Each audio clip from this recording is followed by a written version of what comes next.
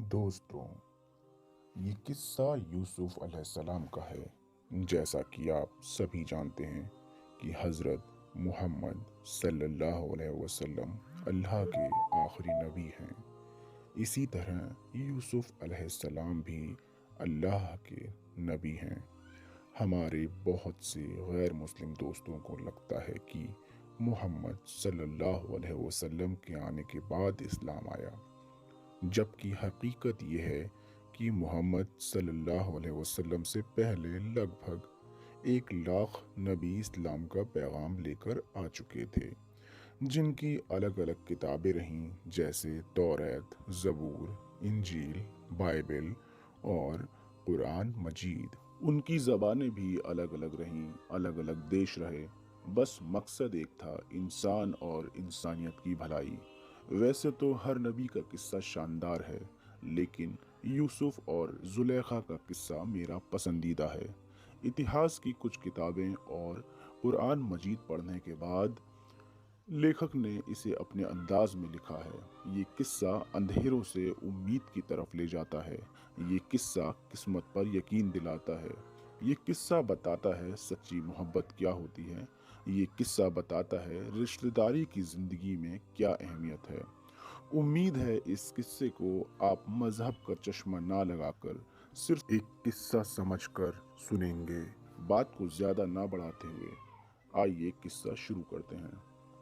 ये किस्सा करीब 2500 साल पहले का है, जब खुदा के नबी नेक बंदे याकूब अलैहिस्सलाम के घर औलाद पैदा होने वाली थी। याकूब अलैहिस्सलाम फिक्रमंद मिट्टी के घर के बाहर चक्कर लगा रहे थे। अंदर से बच्चे के रोने की आवाज आनी शुरू हो गई थी, लेकिन किसी भी औरत ने बाहर आकर खुशखबरी नहीं दी थी कि बेटा हुआ है या बेटी। याकूब अलैहिस्सलाम की बेचैनी अब बढ़ती जा रही थी, लेकिन अंदर से कोई जवाब नहीं आ रहा था।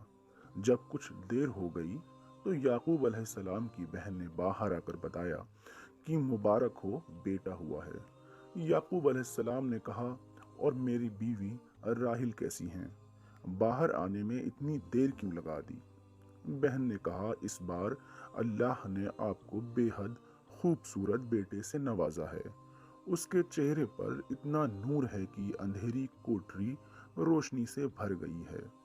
इसकी खूबसूरती देखकर दाई की आंखें खुली की खुली रह गईं, और दाई ही क्या, हम सभी उसे देखकर कुछ वक्त तक हैरत में पड़े रहे। हमें समझ ही नहीं आता कि ये फरिश्ता है या जिन्नात है या इंसान है।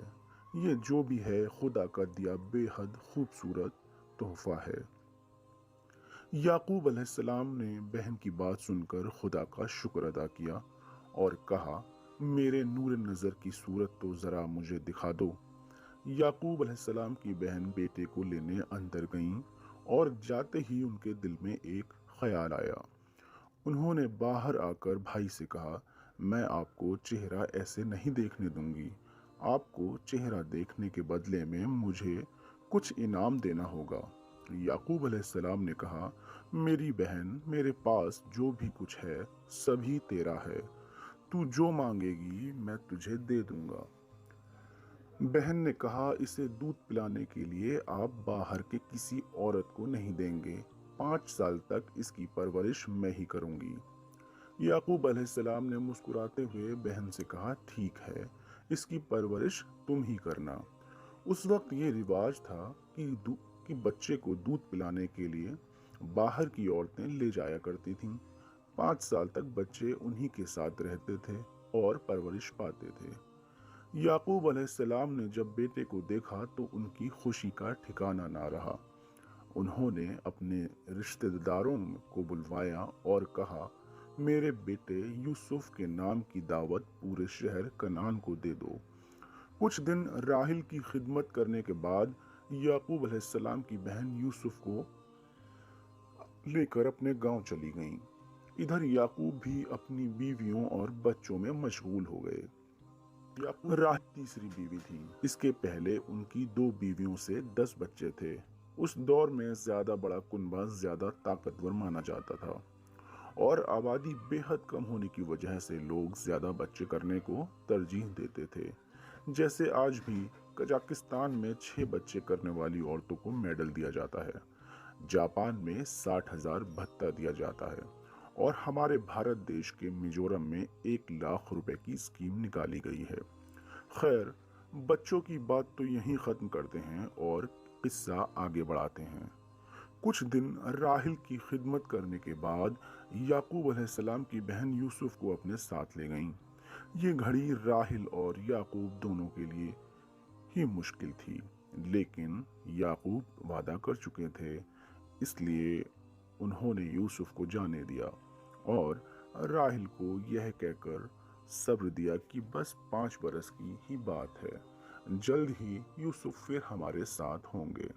याकूब 8-9 महीनों में एक बार यूसुफ से मिलने जरूर जाते थे। यूसुफ को अपनी फुफ्फो के पास गए हुए करीब 2 साल हो गए थे।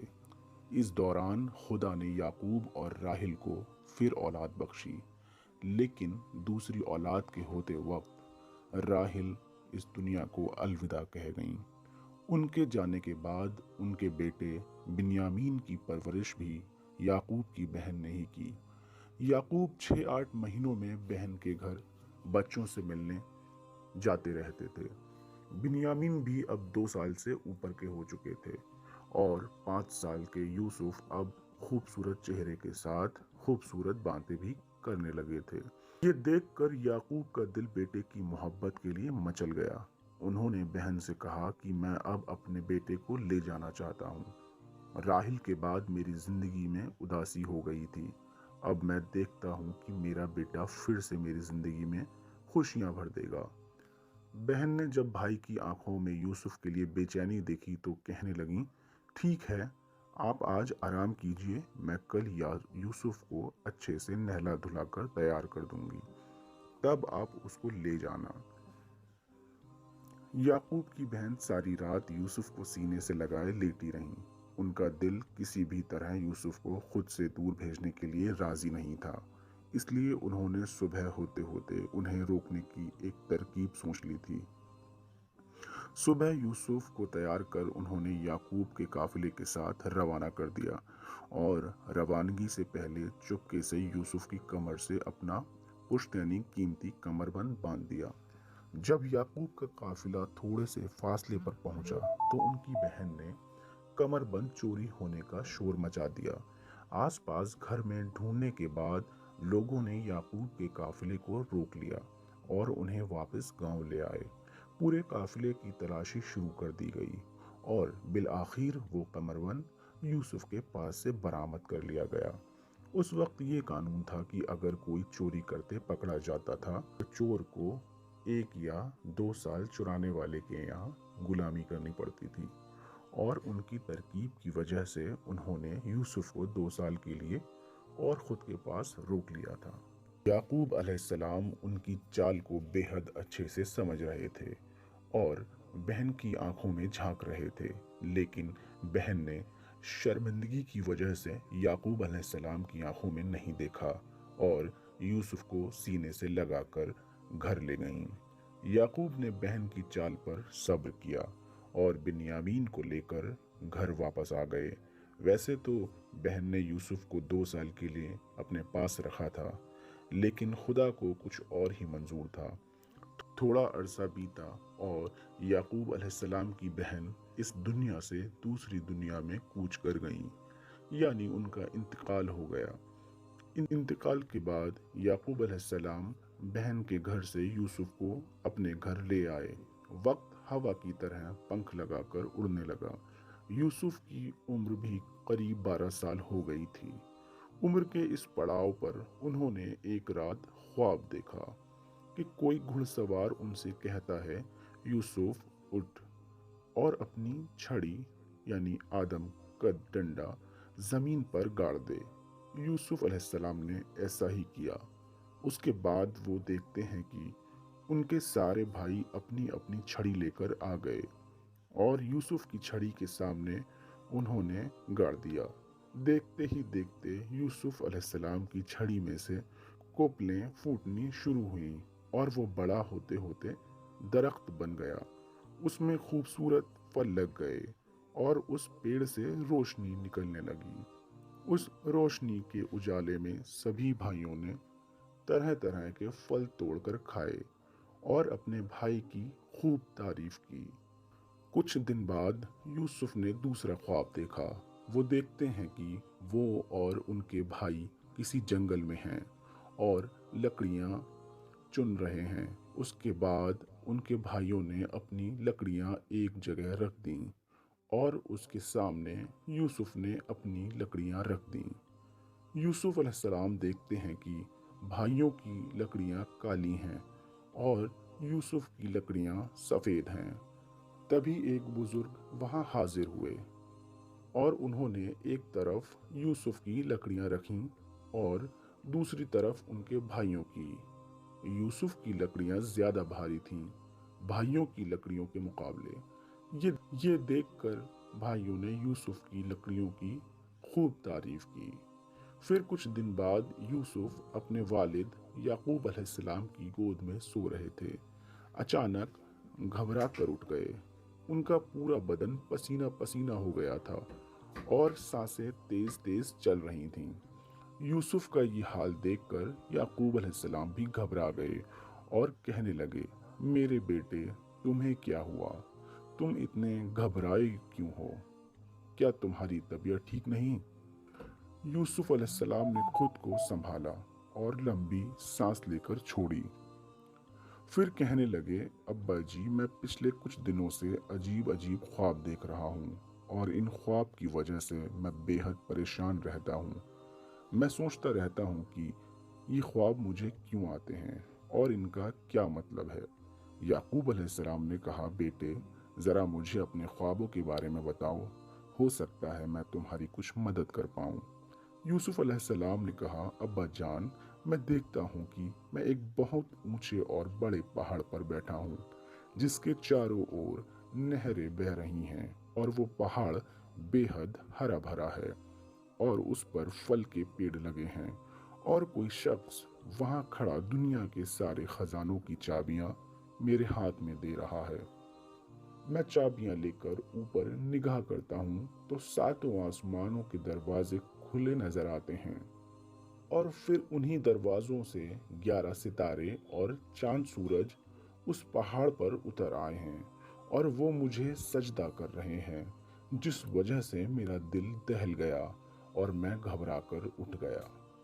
یعقوب علیہ السلام نے جب بیٹے کے خواب کو سنا تو اسے سینے سے لگا لیا اور کچھ دیر سینے سے لگائے رہنے کے بعد کہا، میرے بیٹے، اپنے اس خواب کے بارے میں اپنی سوتیلی ماں یا اپنے بھائیوں سے مت کہنا، ورنہ وہ تیرے دشمن ہو جائیں گے اور اپنے دل میں نفرت پیدا کر لیں گے، کیونکہ شیطان جو ہے وہ انسان کا کھلا دشمن ہے اور وہ بھائیوں میں پھوٹ ڈلوانے کا کوئی موقع نہیں چھوڑے گا۔